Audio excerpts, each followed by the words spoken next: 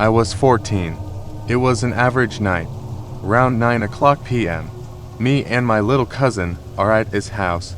I'm babysitting for the night. All my mom and aunt are shopping and my dad and uncle are at the movie theater. So we're sitting there and I was feeling really strange. Something was wrong, but I couldn't put my finger on it. So I just kept watching TV with my cousin. The feeling wasn't going away, so I got up and walked to the back door to lock it. When I came back through the kitchen, I saw what was causing my weird feeling. In the window, there was a very decrepit and homeless-looking man, just staring into the window, looking at my cousin. Protective mode turned on. I pretended like I didn't see the guy, and I told my little cousin that we needed to go upstairs because our parents would be home soon and they wouldn't want him to be staying up late. So I went upstairs and put him to bed, knowing damn well that there was a man outside that wanted in.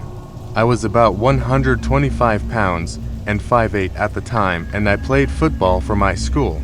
If I remember correctly, I went downstairs and straight into the kitchen and grabbed one of those meat tenderizing hammers. Turned back to the window where I saw him before. Not there. Ran back to the front door and checked that it was locked. Both the dead bolt and the knob were locked. Ran back upstairs with my meat tenderizer and went into my cousin's room and sat it down in front of the door. He asked me what I was doing, and I said that he didn't need to worry about it and that he should keep his head low. Called the cops and then my dad and uncle. Cops would take half an hour and my dad and uncle were 45 minutes away. Then I hear a window shatter and the sound of heavy boots walking around on the main floor. I told my cousin to stay calm, hide under the covers, and to keep silent. I could hear the guy walking around downstairs.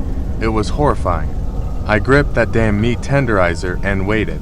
About 5 minutes pass, and then I hear the boots walking upstairs. At this point, I was having a freaking heart attack. My cousin's door is no more than 10 feet from the stairs. I heard him opening the doors to my aunt and uncle's room, then the bathroom.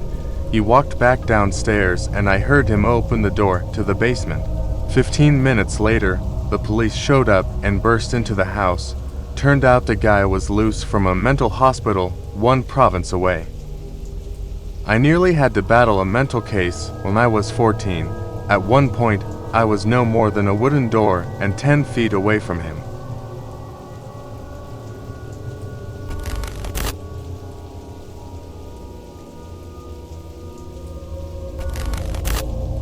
As a kid, I didn't want to go to a funeral of a close family friend. I stayed home and parents were pissed, playing GTA for when I heard knocking at the door. Not thinking much about it, I go and open the door and no one's there. So I go back to playing. After 20 minutes I hear a louder, more desperate knock, and that one alarmed me and made me jump. I look out the window to see if anything, but nothing. I then open the door to get a better look, and I see no one but an all-black German Shepherd staring at me from the other side of the fence. It trips me out, but nothing to scare me. I go back to GTA 4, and after 10 minutes I hear banging and kicking at the door. That made me jump up, and I go to my parents' room to grab my dad's gun.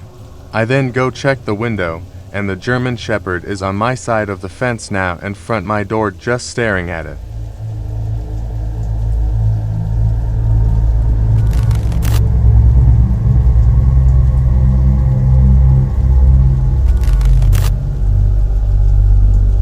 This one time a few years ago, I was home by myself and kept hearing a tapping on the floor. We did have a basement, so I figured there was a mouse or something in between the floor and ceiling of the basement, but I kept hearing this tapping and it was starting annoying me. But I was too lazy to go downstairs and look, even though it would only take a minute. So I decided to call my dad and ask him if he has heard this tapping and what is causing it. I call my dad from the house phone and ask him if he has heard a tapping before. He says he hasn't. So I say okay, I'll go down in the basement and look. After I hang up the phone, my cell phone immediately starts to ring. It's my dad calling. I pick up the phone, get out of the house right fucking now. Run to a neighbor and call the police. I panic. I never heard him like that before. I do as he says. I go outside right away and call the police, all on my neighbor's property.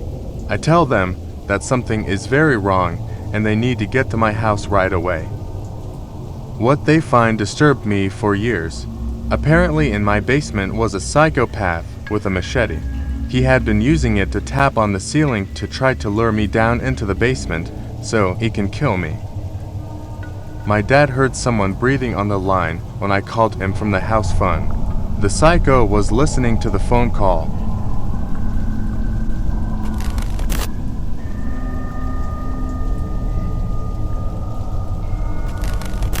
I was about 12 to 13 when I was left alone for the first time.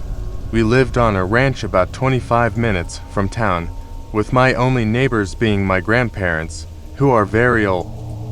I was sitting in my room watching YouTube when I heard a heavy creak on one of the steps outside my window. I paused my video and stared at my window, closed by blinds, knowing that all I have to do is open them up and see what it is, but I ignore it. After a minute, I hear 3 more. Heavy steps, sounds like the bottom of boots on wood. I spring out of bed and into the hallway, while calling my mom. I frantically explain the situation, quietly, and she asks me a simple question: are the dogs even barking? No, I have 3 white labs, all in the main room, that have a clear sight of the back porch. I let out a sigh of relief and hang up the phone.